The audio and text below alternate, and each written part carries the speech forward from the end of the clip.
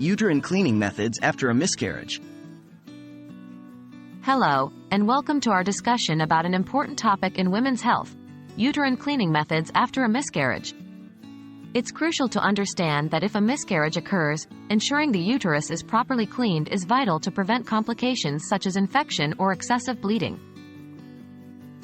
Why is cleaning necessary after a miscarriage? A miscarriage is a traumatic experience both emotionally and physically.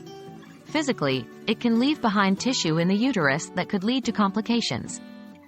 If this tissue is not removed, it can cause bleeding, infection, and sometimes even hinder future fertility. Therefore, medical professionals often take steps to ensure the uterus is clean following a miscarriage. What are the main methods used? There are several methods a healthcare provider may use to clean the uterus after a miscarriage. 1. Expectant management. This is a more conservative approach where doctors allow the body to naturally expel the tissues. The body often does this effectively, but it can take a few weeks. There's a small risk of complications such as heavy bleeding or infection with this method. 2. Medical management. In this case, medications like misoprostol are used to stimulate the uterus to contract and expel the tissue. It's generally effective and can be done at home, but some women may experience heavy bleeding or need a surgical procedure if the medication doesn't fully clear the uterus. 3. Surgical management. This is often known as dilation and curettage, D&C, or suction aspiration.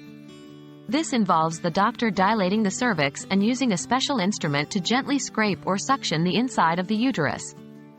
This is a quick procedure and very effective, but, as with any surgery, it carries some risks like infection or scarring. Which method is best? The best method can vary depending on a number of factors, such as how far along the pregnancy was, the woman's overall health, and her personal preference. It's always important to discuss the options thoroughly with your healthcare provider to determine what's best in your unique situation. Thank you for joining us in understanding the methods used for cleaning the uterus after a miscarriage. It's a complex topic, but knowing about these procedures can help you have informed discussions with your healthcare provider.